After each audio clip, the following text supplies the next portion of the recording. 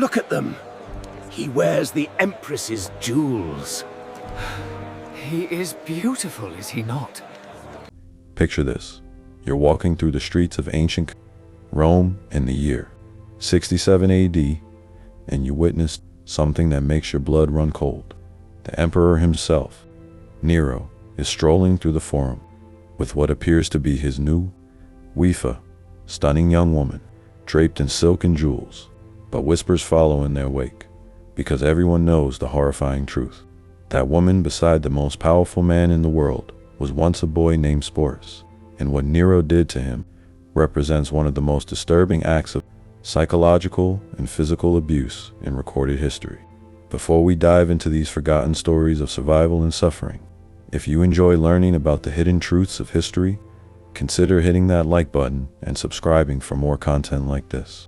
And please, comment below to let me know where you're listening from. I find it incredible that we're exploring these ancient stories together from different parts of the world, connected across time and space by our shared curiosity about the past. What you're about to hear isn't just another tale of Roman excess. It's the story of how absolute power can transform love into obsession, grief into madness, and a human being into a living doll created to serve one man's twisted fantasy. The name Sporus might not be familiar to you, but his story will haunt you long after you finish listening. Let's start with the man who would become the architect of this tragedy. Nero wasn't born evil. In fact, his early reign showed a remarkable promise. When he ascended to the throne at just 16 years old, many Romans believed they were witnessing the dawn of a golden age. He reduced taxes, funded public entertainment, and even performed in theatrical productions that delighted the common people. But absolute power has a way of corrupting even the most promising souls. And by 65 AD, something had fundamentally broken inside the emperor's mind. Maybe it was the constant paranoia that comes with knowing everyone around you wants your position. Maybe it was the isolation of being the only person in an empire of 60 million who could never be contradicted, never be challenged, never be told they were wrong. Or maybe it was what happened to the one person he claimed to love more than life itself. Her name was Poppaea Sabina, and she was everything Nero thought he wanted in a woman: beautiful beyond description, intelligent enough to match his own grandiose vision of himself, and ambitious enough to share his dreams of eternal glory. But Poppaea wasn't just another pretty face in the imperial court. She possessed the kind of sharp political instincts that made her a formidable ally or a dangerous enemy. When Nero first laid eyes on Poppaea, he was already married to Octavia, the daughter of the previous emperor.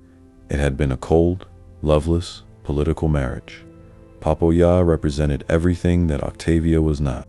Where Octavia was quiet and reserved, Poppaea was vivacious and commanding. Where Octavia sought to avoid attention, Poppaea reveled in being the center of everyone's gaze. The affair between Nero and Poppaea began as a typical Roman scandal. But what started as adultery quickly evolved into something much more dangerous: genuine obsession. Nero wasn't just attracted to Poppaea's beauty.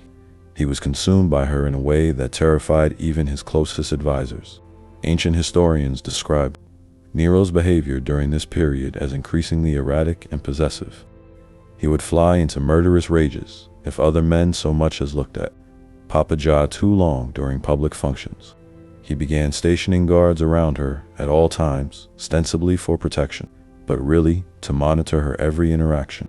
He lavished her with gifts that bankrupted the imperial treasury: jewels from India, silks from China, perfumes from Arabia.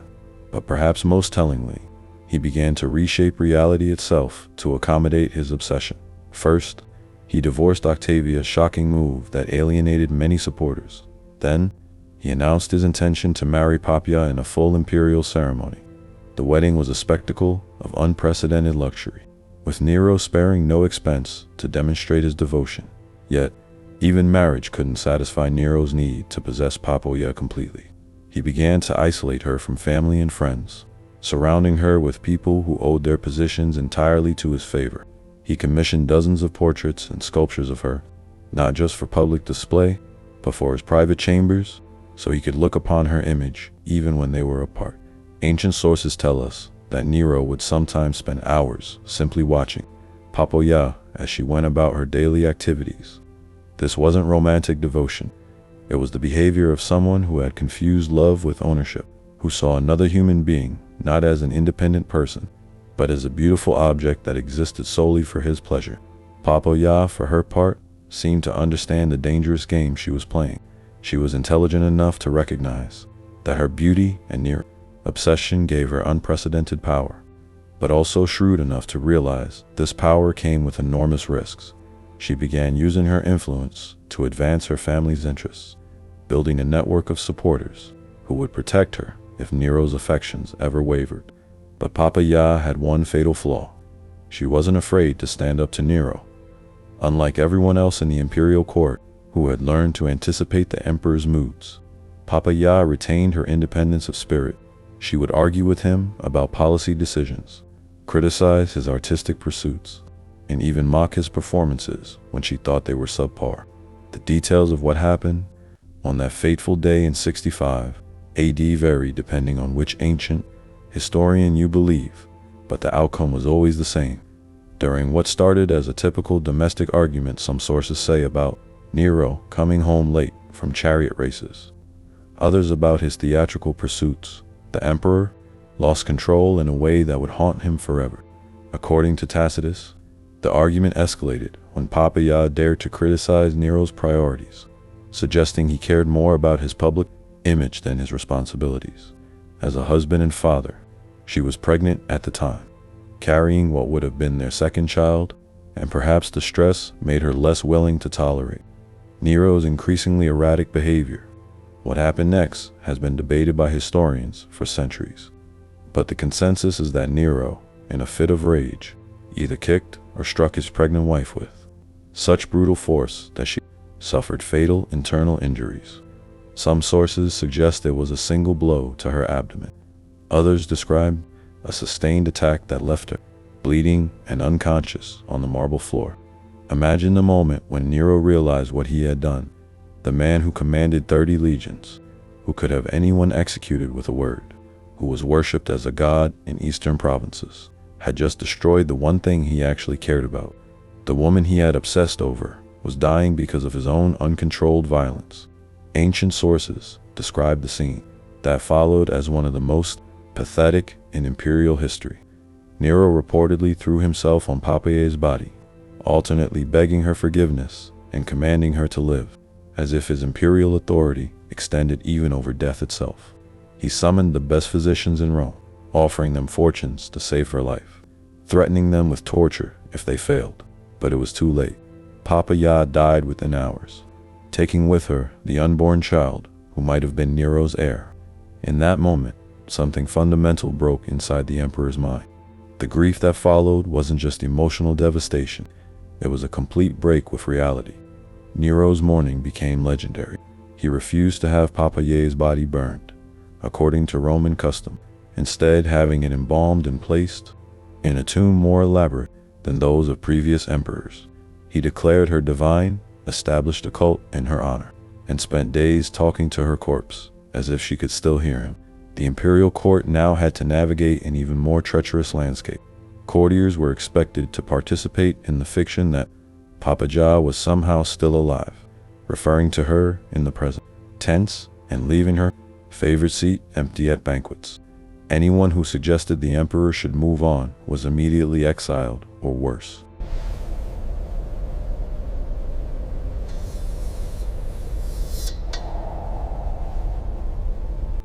It was during this period that Sporus first entered Nero's line of sight, though the young man had no idea he was walking into a nightmare. Sporus was probably around 14 or 15, born into slavery in the imperial household and freed as a child. He had been raised within the palace walls, receiving an education that prepared him for administrative duties. This was actually a position of relative privilege. Freedmen in imperial service often enjoyed better conditions than freeborn citizens of lower classes, but this privilege came with complete dependence on imperial favor. Freedmen owed everything to their former master's generosity, creating absolute vulnerability. They could be elevated to great influence, but also discarded, punished, or killed on a whim with no legal recourse. What made Sporus special in Nero's eyes wasn't his intelligence or skills. It was his face. Multiple ancient sources agree that the young man bore an uncanny resemblance to the dead Papa, particularly around the eyes and delicate bone structure. In a world where Romans believed physical resemblance indicated deeper spiritual connection, this similarity would have seemed almost supernatural. The first time Nero saw Sporus, after Popeye's death, something clicked in the emperor's broken mind. Here was a chance to undo the irreversible, to bring back what he had destroyed. The resemblance was so striking that for a moment, Nero may have actually believed he was seeing Popeye's spirit returned in a new form. Of course, there was one obvious problem. Sporus was male. But for a man who had convinced himself he was a god, who had spent months talking to a corpse, changing someone's gender seemed like a minor obstacle. What happened next represents one of the most calculated acts of cruelty in human history. Nero didn't just decide to force Sporus to dress as a woman. He decided to make the transformation permanent.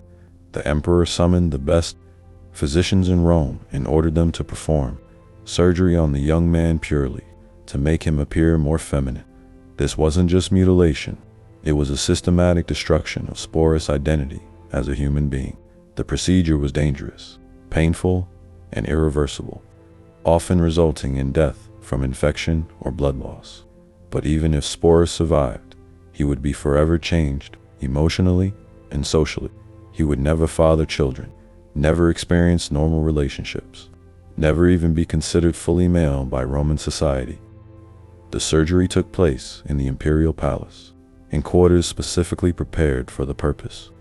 Ancient surgical procedures were primitive, relying on basic instruments and crude anesthetics. The process would have been excruciating, lasting hours, with a significant risk of death.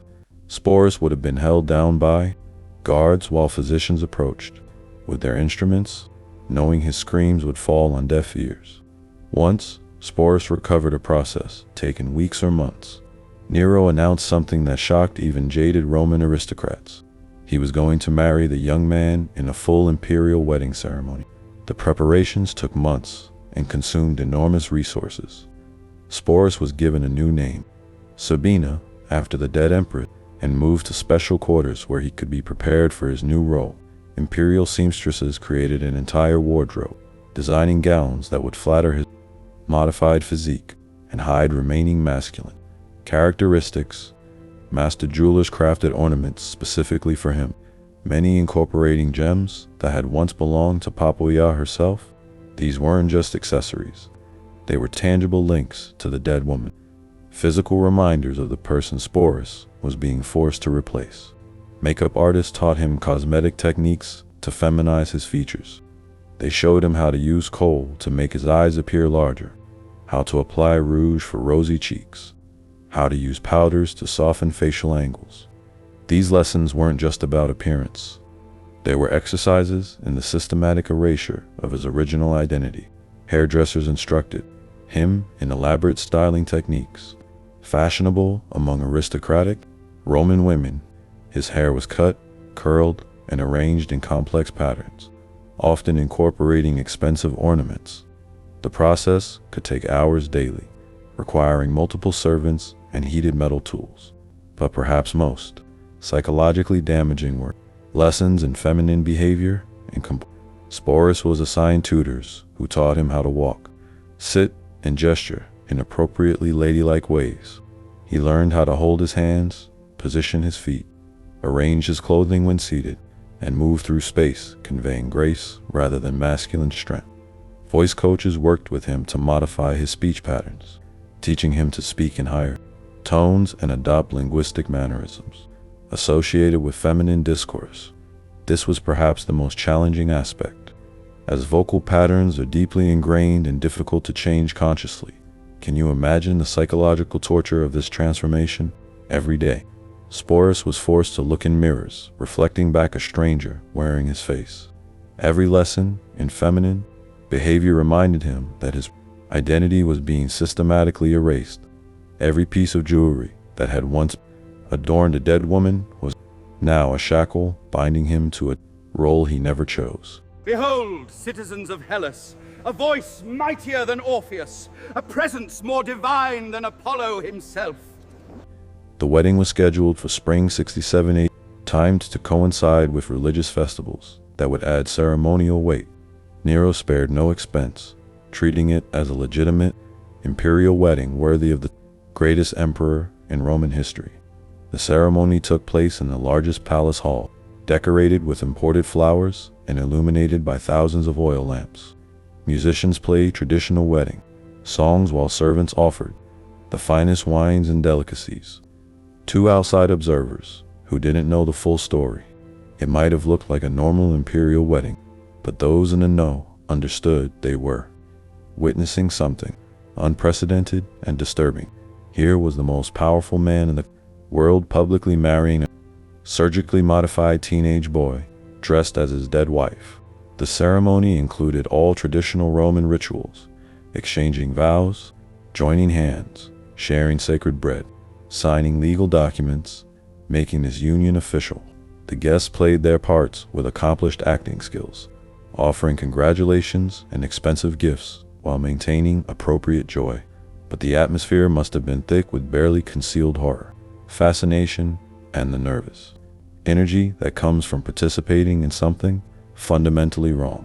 Following the wedding, Nero treated Sporus exactly as he would a legitimate empress. The young man received his own household staff, quarters within the palace complex, and income from the imperial treasury. He had his own litter for traveling, horses for riding, and a retinue of supporters. But all this apparent luxury came with a terrible price: the complete erasure of his original identity and the constant performance of a psychologically devastating role. Sporus was expected to accompany Nero to public functions, sit beside him at state dinners, and play the devoted wife in all interactions. This wasn't just about appearances. Nero genuinely seemed to believe he had successfully resurrected Pompey. He would call Sporus by his dead wife's name, reminisce about shared memories that had never happened, and expect responses, maintaining the elaborate fiction. For Sporus, every day became a high-stakes performance where the slightest mistake could mean death. He had to remember not just how to look and act like a woman, but how to respond as if he were Papoja herself. When Nero mentioned events from his previous marriage, Sporus had to react as if he remembered them personally. Ancient sources describe Sporus as becoming increasingly skilled at this deception, developing an almost supernatural ability to anticipate Nero's moods and respond appropriately. But they also note he grew more withdrawn and melancholic as time passed. Though he continued playing his assigned role perfectly in public, the psychological strain is almost impossible to imagine. Every morning, Sporus woke in rooms decorated to remind him of a dead woman he'd never met. Every mirror reflection bore no resemblance to his original appearance. Every conversation required pretending to be someone else, having memories and experiences that weren't his own. For over 2 years, Sporus lived this bizarre existence. But his ordeal reached new heights when Nero decided to tour Greece. The emperor fancied himself an artist and was eager to compete in Greek festivals, where he believed his talents would be properly appreciated. Naturally, Sporus accompanied him, displayed to foreign dignitaries as the Empress of Rome. Imagine Greek aristocrats trying to make sense of their conqueror, traveling with a teenage boy, dressed as a woman, demanding everyone treat this obvious fiction as reality.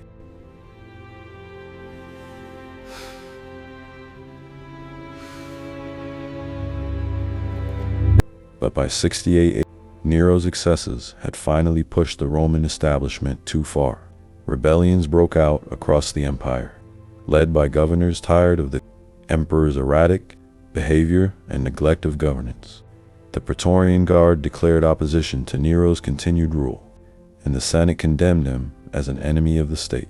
When Nero finally fled Rome with a small group of supporters, Sporus was among them, even facing death. The emperor couldn't leave behind his living reminder of Pompey.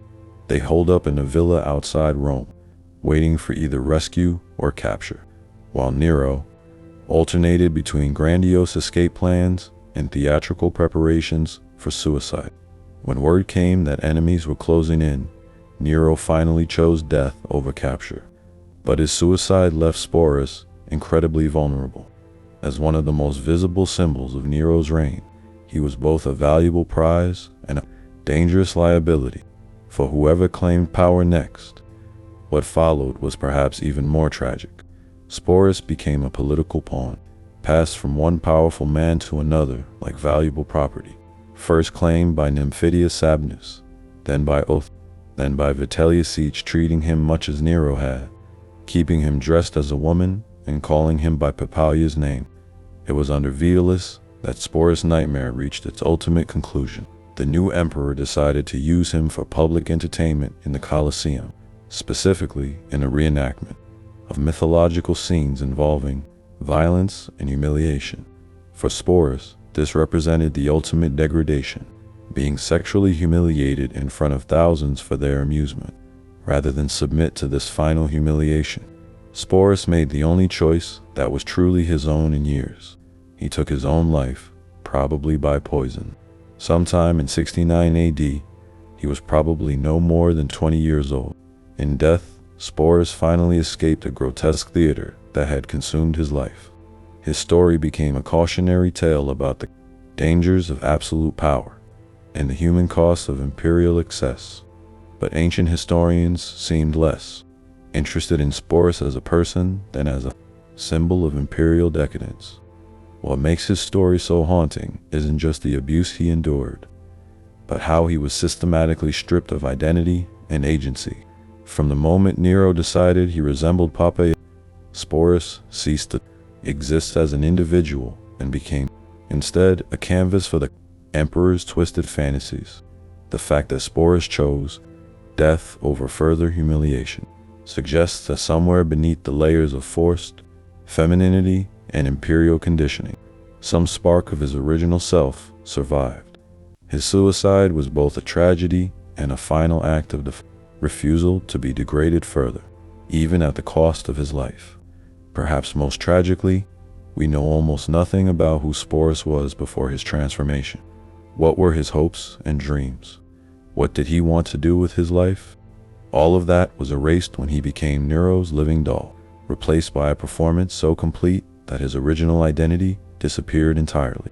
The boy who was forced to become an empress, who endured years of psychological and physical abuse, who finally chose death over further degradation. His story deserves to be remembered not just as a curiosity from ancient Rome, but as a testament to both human cruelty and human resilience. In choosing his own death, Sporus reclaimed the one thing denied him throughout his adult life, the power to make his own choice about his fate. His story reminds us that behind every historical narrative of imperial grandeur, there are individual human stories of suffering and survival that deserve our attention and our compassion, even across the vast gulf of 2,000 years.